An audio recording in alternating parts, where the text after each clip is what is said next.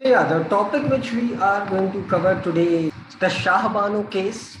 So आज हम Shah Bano case का पूरा इनसाइड आउट समझने की कोशिश करेंगे और इस केस के थ्रू समझने की कोशिश करेंगे एक बड़ा ही इंपॉर्टेंट कॉन्सेप्ट या एक बड़ी ही इंपॉर्टेंट डिबेट जो बार बार बार बार आती रहती है।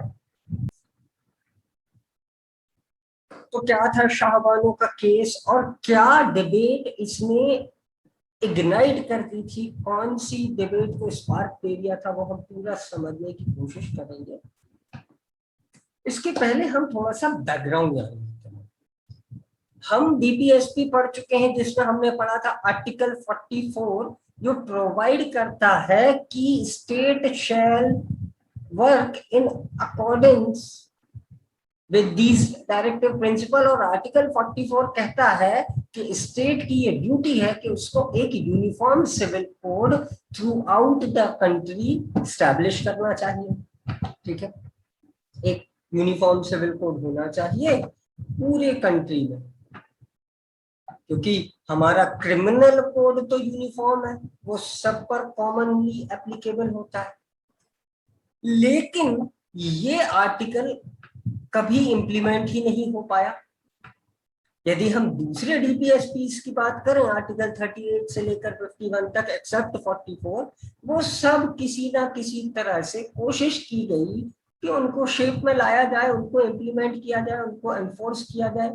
बट आर्टिकल 44 इकलौता ऐसा एक्सेप्शनल आर्टिकल है जिसको लेकर कुछ अब तक कॉन्क्रीट पॉलिसी नहीं आ पाई। सवाल ये पैदा होता है कि जब हमारे कॉन्स्टिट्यूशन मेकर्स कॉन्स्टिट्यूशन बना रहे थे, उन्होंने उसी समय पर यूनिफॉर्म सिविल कोड क्यों नहीं बना दिया, क्यों उनने इसको डीपीएसपी में डाला? तो इसका बहुत सिंपल सा जवाब ये है कि कॉन्स्टिट्यूशन मेकर्स हैं, कॉन्स्टिट्यूएंट असेंबली ने उस समय पर यूनिफॉर्म सिविल कोड को डीपीएसपी में इसलिए डाला था क्योंकि उस समय का माहौल कंड्यूसिव नहीं था। उस समय सिचुएशन ऐसी फेवरेबल नहीं थी कि डीपीएस की यूनिफॉर्म सिविल कोड को इम्प्लीमेंट किया जाए। क्यों? क्योंकि आजादी के बाद पार्टीशन की वजह से भारत में दंगे हो रहे थे, हिंदू मुस्लिम दंगे। There was a situation of communal tension between Hindus and Muslims and people were getting slaughtered and killed etc. तो यदि उस समय पर यूनिफॉर्म सिविल कोड जैसी कोई चीज आ जाती तो शायद इससे सिचुएशन और वर्स हो सकती थी। इसलिए कॉन्स्टिट्यूशन मेकर्स ने सोचा कि अभी फिलहाल यूनिफॉर्म सिविल कोड नहीं बनाते हैं, आगे जाकर जब सिचुएशन थोड़ी सी फेवरेबल हो जाएगी तब हम यूनिफॉर्म सिविल कोड बना लेंगे। ठीक है, अब इस से रिलेटेड एक डेवलपमेंट होता है आजादी के कोई 8-9 साल बाद। 1956 में हिंदू पर्सनल लॉज को कोडिफाई कर दिया गया। कोडिफाई आप जानते हो, सिंगल लीगल डॉक्यूमेंट बना देना। तो पूरे जो हिंदू पर्सनल लॉज थे उनको कोडिफाई कर दिया गया 4 एक्ट में। ठीक है, हिंदू मैरिज एक्ट जो कि मैरिज, डिवोर्स और मेंटेनेंस जैसी चीजों से डील करता है हिंदुओं में। दूसरा था हिंदू सक्सेशन एक्ट। सक्सेशन का मतलब होता है इनहेरिटेंस, विरासत में आपको क्या मिलेगा, क्या प्रोसीजर होगा एक्सेट्रा, ये सारी चीजें सक्सेशन एक्ट बताता है। थर्ड है माइनॉरिटी एंड गार्जियनशिप एक्ट कि भाई जो कम उम्र के बच्चे हैं 18 बिलो, जो माइनर्स कहलाते हैं, उनकी गार्जियनशिप क्या कैसे दी जाएगी एक्सेट्रा, ये सारी बातें। And lastly Hindu adoption and maintenance act, यदि कोई हिंदू बच्चे को अडॉप्ट करना है तो क्या क्या प्रोसीजर होंगे। ऐसे 4 लॉज में हिंदू पर्सनल लॉज तो कोडिफाई कर दिए गए।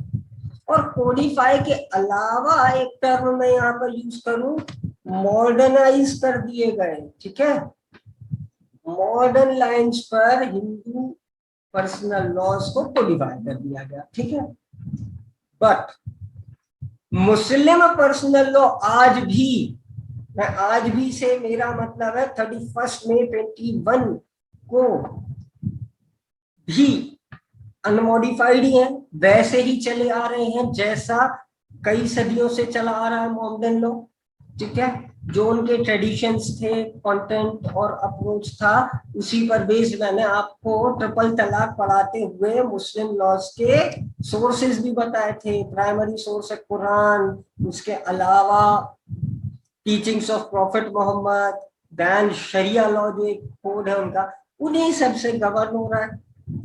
हालांकि ब्रिटिशर्स के एरा में एक एक्ट जरूर आया था, the sharia law of 1937, Muslim marriage act भी इसको कहते हैं। इससे इंडियन मुस्लिम्स के मैरिज जैसे सारे इश्यूज गवर्न होते हैं।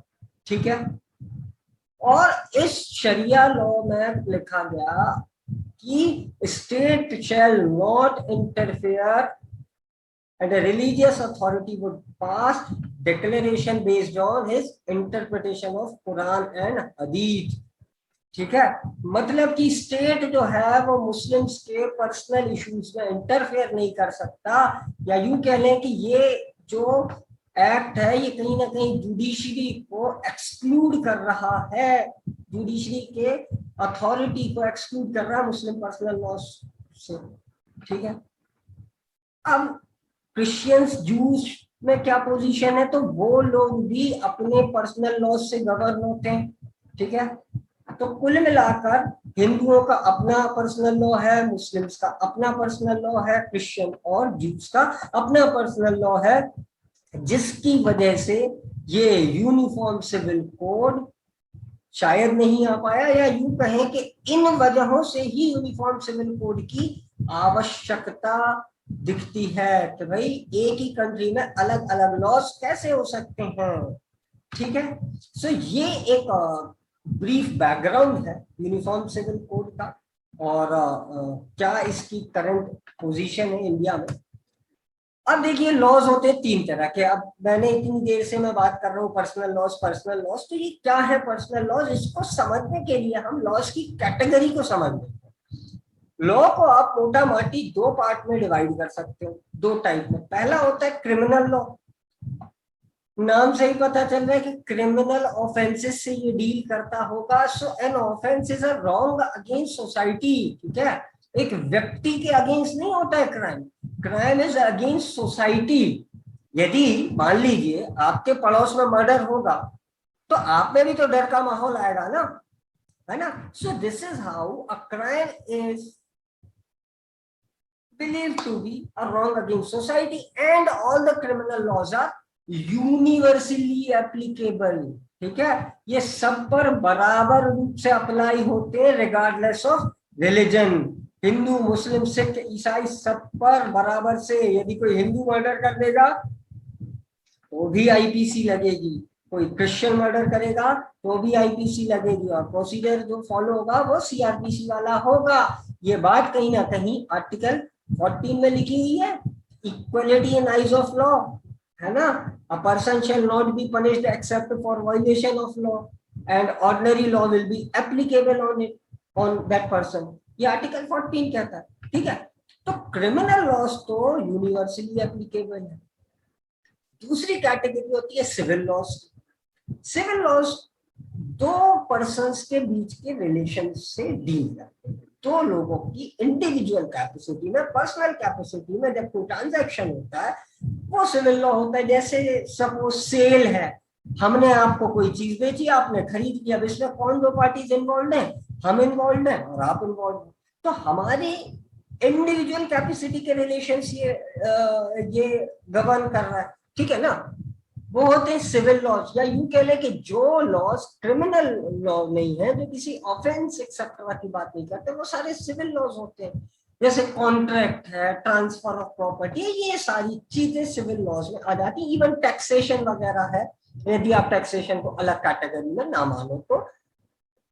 ठीक है, ये होते हैं सिविल लॉज। और तीसरी कैटेगरी इसी से निकल कर आती है, जो कि एक्चुअली कैटेगरी नहीं है, सिविल लॉज का ही एक सबसेट मान लो, एक पार्ट मान लो, एक छोटा सा हिस्सा मान लो, जिसको कहते हैं personal laws. So these are, sunset लिखा है, इट इज एक्चुअली सबसेट। ठीक है, SUB। Subset of civil laws. Personal law civil laws का ही सबसेट होते हैं जो रिलीजियस पर्सनल लॉ से गवर्न होते हैं, Hindu law, Mohammedan law, Christian law etcetera. और ये किस किस चीज से डील करते हैं? डिवोर्स से, मैरिज से, मेंटेनेंस से, सक्सेशन से, अडॉप्शन से एक्सेट्रा। इन सारी चीजों से जो लॉ डील करता है वो होता है पर्सनल लॉ, और ये रिलीजन टू रिलीजन वेरी कर रहा है। ठीक है, तो कुल मिलाकर we have a uniform criminal code but we don't have uniform civil code. Civil code में भी कौन सा ये वाला पार्ट है तो यूनिफॉर्म नहीं है, यूनिवर्सल नहीं है, जो आज का हमारा मोटा मोटी टॉपिक भी है। तो ये आई होप आपको ये क्लासिफिकेशन ऑफ लॉज समझ में आ गया होगा। आगे बढ़ता हूं। अब देखते हैं कि कुछ एक प्रोविजंस देख लेते हैं जो हमें जानना बहुत जरूरी है ताकि हम इस पूरे डेवलपमेंट को समझ पाए। तो जैसा मैंने आपको बताया कि क्रिमिनल लॉ यूनिवर्सली एप्लीकेबल है, चाहे वो आईपीसी हो चाहे वो सीआरपीसी हो, it is applicable universally regardless of religion. तो सीआरपीसी क्रिमिनल लॉ है। ये CrPC code of civil procedure का सेक्शन 125 एक प्रोविजन देता है। क्या प्रोविजन देता है? If a person having sufficient means, ठीक है, यदि एक व्यक्ति के पास इतने पर्याप्त साधन हैं कि वो कर सकता है, क्या कर सकता है? मेंटेनेंस कर सकता है, पर्याप्त साधन है उसके पास, पर्याप्त इनकम वगैरह है, then that person shall maintain किस किस को? Number 1 his wife who is unable to maintain herself। यदि उसकी वाइफ अपने आप को मेंटेन नहीं कर पा रही है तो उसकी ये ड्यूटी बनती है कि वो अपनी वाइफ को मेंटेन करे। कौन सा मेंटेनेंस भाई? फाइनेंशियल मेंटेनेंस, जो उसका डे टू डे रिक्वायरमेंट है वो सारी पूरी करे। और यहाँ पर एक सबसे ज्यादा ध्यान देने वाली बात है, वाइफ इंक्लूड्स डिवोर्स्ड वाइफ। ठीक है, डिवोर्स वाइफ भी सेक्शन 125 में इंक्लूडेड है, लेकिन जरूरी क्या है? उस डिवोर्स वाइफ ने शादी ना की हो दोबारा। क्यों? यदि वो दोबारा शादी कर लेगी तो फिर मेंटेनेंस की ड्यूटी किस पर शिफ्ट हो जाएगी? उस व्यक्ति पर जिससे उसने शादी करनी है ना। लेकिन यहाँ इस केस में जब किसी महिला ने शादी नहीं की है तो डिवोर्स वाइफ में इंक्लूडेड होगी। दैट मींस के एक पर्सन की ड्यूटी है कि अपनी डिवोर्स वाइफ को भी मेंटेन करे। इसके अलावा और भी कैटेगरीज दे रखी है, लेजिटिमेट या illegitimate minor child.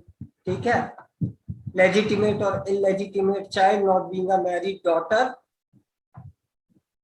But who is having physical और मेंटल अबनॉर्मेलिटी या इंजरी जिसकी वजह से वो खुद को मेंटेन नहीं कर सकता। एंड लास्टली फादर और मदर, यानी कि ओल्ड एज पेरेंट्स को भी मेंटेन करना। लेकिन आज की जो हमारी कहानी है वो इस टर्म के इर्द गिर्द घूमती है, मेंटेनेंस ऑफ वाइफ। ठीक है, मेंटेनेंस ऑफ वाइफ। तो सीआरपीसी का सेक्शन 125 एक यूनिवर्सल ड्यूटी इंपोज कर रहा है किसी भी पर्सन पे जिसके पास सफिशिएंट मींस हो कि वो अपनी वाइफ को फाइनेंशियली मेंटेन करे, और यहाँ पर वाइफ इंक्लूड्स डिवोर्स वाइफ। ठीक है,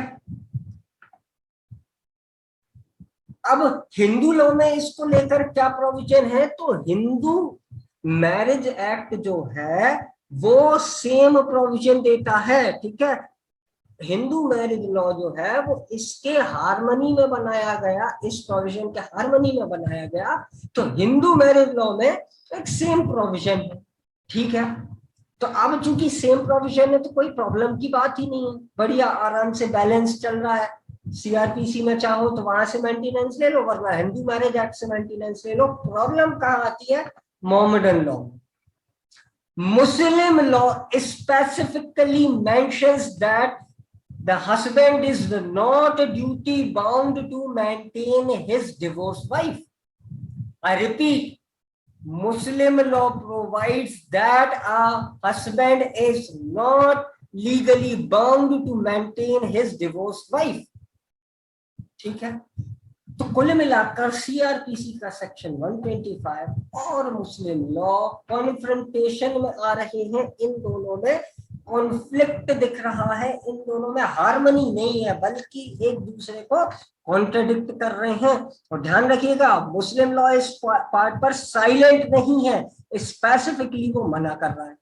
तो यहां से सारा विवाद शुरू है, या ये है आज पूरे विवाद की जड़ कि क्या व्हाट इज सुपीरियर, कंट्री का यूनिफॉर्म क्रिमिनल कोड या फिर रिलीजियस पर्सनल लॉ। ठीक है, मतलब यूं समझ लो आप कि कॉन्स्टिट्यूशन के ही दो प्रोविजन में एक तरह का कॉन्फ्लिक्ट है। ये कॉन्फ्लिक्ट कब पहली बार पता चल रहा है, तो वो था Shah Bano versus Mohammad Ahmad Khan and others वाले केस में 1985 में। इसकी कहानी आप सभी जानते होंगे। शाहबानो जो है, उनकी शादी हुई थी अहमद खान नाम के एक एडवोकेट से 1932 में। 3 उनके बेटे थे, 2 बेटियां थी, और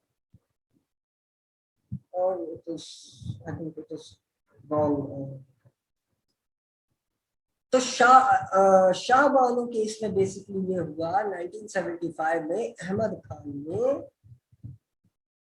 अपनी वाइफ शाहबानो को घर से निकाल दिया, मैट्रिमोनियल होम से निकाल दिया डिवोर्स देकर। कौन सा वाला डिवोर्स? ट्रिपल तलाक। ठीक है, तलाक ए बिद्दत या फिर इंस्टेंट तलाक भी जिसको कहते हैं, वो देकर घर से निकाल दिया। अब शाहबानो जो है वो पहुंची इंदौर कोर्ट में और उनने एक पिटीशन फाइल करी 1978 में under section 125 of criminal procedure code. जो मैंने आपको बताया, क्रिमिनल प्रोसीजर कोड का सेक्शन 125 कहता है a person shall maintain his wife even after divorce. ठीक है, तो 125 की पिटीशन फाइल की, लेकिन वक्त जैसा मैंने आपको बताया कि विवाद हो गया। अब क्या था कि अहमद खान साहब तो खुद एडवोकेट थे, तो उन्होंने वैलिडिटी ही चैलेंज कर दी इस पर्टिकुलर प्रोविजन की। उनने कहा कि ये जो पर्टिकुलर प्रोविजन है ना, हमारी फंडामेंटल राइट को वायलेट कर रहा है। हमारी फंडामेंटल राइट क्या है? हमारी फंडामेंटल राइट है 25, 26, 27, 28 फ्रीडम ऑफ रिलीजन, उसी का वायलेटिव है एक्सेट्रा। तो ये मैटर पहुंचता है, और शाहबानो के वकील ने भी कहा कि this Muslim law is violative of article 14 right to equality. हिंदुओं के लिए तो ये राइट है, या हिंदू महिलाओं के लिए तो मेंटेनेंस का राइट है, मुस्लिम महिलाओं के लिए नहीं है। तो विवाद सुप्रीम कोर्ट तक पहुंचता है। सुप्रीम कोर्ट इसमें एक पार्टी और बनाती है, all India Muslim personal law board के लिए। आपको याद आ रहा होगा, this was also a party in Ayodhya matter. ठीक है, तो ये एक बॉडी है जो मुस्लिम पर्सनल लॉज को गवर्न करती, उसको भी पार्टी बनाया गया, सबको सुना गया। और एक चीज कही इस केस में सुप्रीम कोर्ट ने, it was a historic judgment, जिसमें सुप्रीम कोर्ट ने कहा मुस्लिम महिलाओं के पास भी राइट टू मेंटेनेंस है, वो अपने पति से मेंटेनेंस ले सकती हैं मंथली बेसिस पर। ठीक है, मंथली बेसिस पर मेंटेनेंस लेने का राइट मुस्लिम महिलाओं के पास भी है। 125 is a secular provision which is applicable on all without giving regard to religion। ठीक है, यह बात सुप्रीम कोर्ट कह रहा है। Fantastic judgment. तो यहां तो विवाद खत्म हो जाना चाहिए, लेकिन यहां से विवाद खत्म नहीं हुआ, यहां से विवाद और बढ़ गया। कैसे बढ़ गया देखते हैं। इसके ठीक अगले साल पार्लियामेंट जो है, पार्लियामेंट ने एक एक्ट पास कर दिया जिसका नाम था Muslim women protection of rights on divorce act 1986। Muslim women protection of right on divorce act 1986। उस समय पर राजीव गांधी प्रधानमंत्री थे। 400 के लगभग सीट्स उनके पास थी, है ना, तो मतलब काफी पावरफुल व्यक्ति वो थे। उन्होंने पार्लियामेंट में एक एक्ट पास किया, Muslim women protection of rights on divorce act, और इस एक्ट ने सुप्रीम कोर्ट के शाहबानो जजमेंट को रिवर्स कर दिया एक तरह से। क्यों? क्योंकि उस केस में कहा गया था कि मंथली मेंटेनेंस के लिए एंटाइटल्ड है मुस्लिम वुमेन। इस केस में कहा गया, या ओ सॉरी, इस एक्ट में ये कर दिया गया provision, maintenance only during period of इद्दत।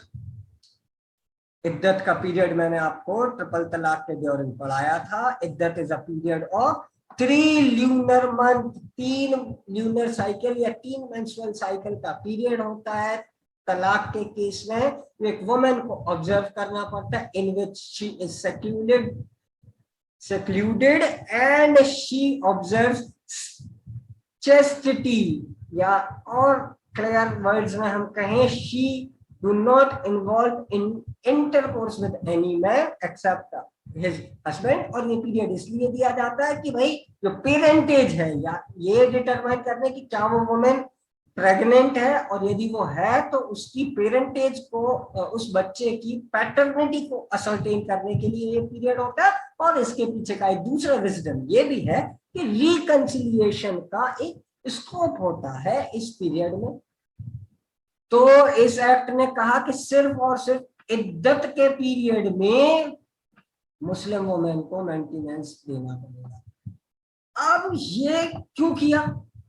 So answer is very simple. सिर्फ एक पॉलिटिकल मूव था। Honourable prime minister Rajiv Gandhi को लगा कि शाहबानो के केस से मुस्लिम मैन पर यह ड्यूटी इंपोज कर दी गई है कि वो अपनी वाइफ को मेंटेनेंस दे, तो इससे वोट बैंक में खतरा पड़ सकता है। तो let us appease the Muslim man voters, Muslim male voters को खुश करने के चक्कर में वो ये बेकार सा लॉ लेकर आ गए। लेकिन इससे कोई खुश नहीं हुआ, इससे सभी नाराज हुए। कैसे? नंबर 1, हिंदूज को लगा कि भाई ये तो एक तरह से डिस्क्रिमिनेशन है, ये गलत है, ठीक है। इंटेलिजेंशिया जो था, इंटेलेक्चुअल्स जो थे, बुद्धिजीवी जो थे, उनका भी कहना था कि ये तो आर्टिकल 14 का वायलेशन है, कैसा बेकार सा लॉ लेकर आए हो आप। और इवन मुस्लिम मेल भी इससे खुश नहीं हुए, क्योंकि उनका ये मानना था कि this is a intrusion into our personal laws, हमारे पर्सनल अफेयर में स्टेट का इंट्रूजन है, ठीक है। आप हमारे पर्सनल लॉ से इंटरफेयर कर रहे हो ये कानून बनाते, ठीक है। तीनों नाराज। और चौथी बात, पार्लियामेंट जो है, लेजिस्लेचर जो है, वो डायरेक्टली कॉन्फ्रंटेशन में आ गया। किससे? ऑनरेबल सुप्रीम कोर्ट से। जुडिशरी का कहा हुआ रिवर्स कर दिया। जबकि हमने क्या देखा है कि स्टेट के तीनों ऑर्गन्स को एक साथ हार्मनी में काम करना चाहिए। So it was a very very bad law. अब इस लॉ में विवाद आपको समझ में आ रहा होगा कि कहां से अब ये विवाद की गरारी जो है वो यहां पर फंस रही है। तो फिर 2002 में एक और केस होता है, जिस केस का नाम था Daniel Latifi and another versus Union of India. Daniel Latifi and another versus Union of India के केस में इस पर्टिकुलर एक्ट की कॉन्स्टिट्यूशनल वैलिडिटी ही चैलेंज कर दी। इस केस में कहा गया कि ये एक्ट ही कॉन्स्टिट्यूशनली इनवैलिड है, इस एक्ट को आप नल एंड वॉइड डिक्लेयर कर दो, शून्य करार दे दो, इसको इनऑपरेटिव कर दो साहब, ठीक है। क्यों? क्योंकि ये आर्टिकल 14 का वायलेशन है, राइट टू इक्वालिटी का वायलेशन है ये act. There is no equal protection of law and there is not equality in eyes of law, ठीक है। कोर्ट के पास पहुंचता है मैटर, कोर्ट सबको सुनता है, और ऑनरेबल सुप्रीम कोर्ट कहता है कि this act is not constitutionally invalid. ये एक्ट कॉन्स्टिट्यूशनली इनवैलिड नहीं है, ठीक है। कॉन्स्टिट्यूशनली तो ये वैलिड है, its constitutional validity was upheld by supreme court. but it was held by Honorable Supreme Court that Muslim husband is liable to make reasonable and fair provision for future of his divorced wife. एक Muslim man पर भी ये duty impose कर रहा है ये decision कि इद्दत के पीरियड के बियॉन्ड भी एक मुस्लिम मैन को अपनी डिवोर्स वाइफ के लिए मेंटेनेंस देना पड़ेगा। ठीक है, बहुत सिंपल टर्म्स में, इद्दत के बाद भी मुस्लिम मैन को मेंटेनेंस देना पड़ेगा। लेकिन एक चीज और यहां पर कर दी, रिलीजियस लॉज को ध्यान में रखते हुए सुप्रीम कोर्ट ने क्या शानदार डिसीजन दिया था ये वाला।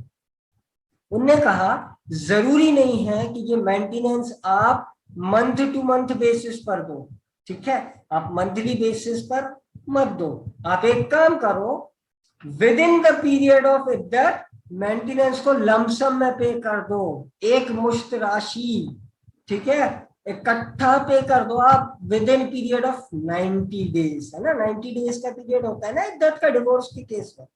With in period of 90 days आप लमसम में पे कर दो, दैट इज एब्सोल्युटली फाइन। ये बात कही थी Daniel Latifi and another versus Union of India 2002 के केस में। That is to be determined by the court ना। और बहुत सारे ग्राउंड्स होते हैं जिनके बेसिस पर ये डिटरमाइन होता है। भाई हस्बैंड की खुद की अर्निंग कैपेसिटी कितनी है, ऐसा तो नहीं हो सकता ना कि वो 10,000 रुपया कमा रहा है और कोर्ट उसको कहे कि आप अपनी वाइफ को 50,000 रुपया महीना मेंटेनेंस दो। कहाँ से देगा भाई, वो नहीं दे सकता। तो एक रीजनेबलनेस का टेस्ट होता है हमेशा, एक युक्ति युक्त, एक कॉमन प्रूडेंस जो होता है, सामान्य बुद्धि आप एप्लीकेबल करके उसको डिटरमाइन करोगे, कोर्ट डिटरमाइन करेगा, है ना। उस या डिवोर्स भी हवा में तो नहीं मिलता ना, डिवोर्स का भी एक प्रोसीजर होता है। तो वैसे ही एक लीगल प्रोसीजर फॉलो होगा जिसमें वाइफ डिमांड करेगी कि हाँ मुझे मेंटेनेंस चाहिए है। Why? Because I am unable to maintain myself. ठीक है, फिर कोर्ट या जो भी अथॉरिटी उस मेंटेनेंस को डिटरमाइन करने वाली होगी वो देखेगी कि क्या क्या सर्कमस्टेंसेस है, क्या क्या पोजीशन है। ऐसा तो नहीं है कि वाइफ झूठ बोल रही है, वो खुद अपने पति से ज्यादा कमाती है, she is capable enough to maintain herself और मांग रही है एक्सेट्रा एक्सेट्रा, है ना। तो केस टू केस बेसिस पर ये वेरी होता है ना। अब ये भी है, अब मान लीजिए हस्बैंड जो है जिसने डिवोर्स दे दिया, उसके ऊपर और भी जिम्मेदारी है, अपने पेरेंट्स को भी मेंटेन करना। वो भी एक चीज है कि भाई आपकी परचेजिंग कैपेसिटी इतनी है लेकिन आपका एक्सपेंडिचर इतना होगा, तो इसके अलावा आप अपनी वाइफ को इतना पार्ट दे दो, ऐसे वो डिटरमाइन। ठीक है।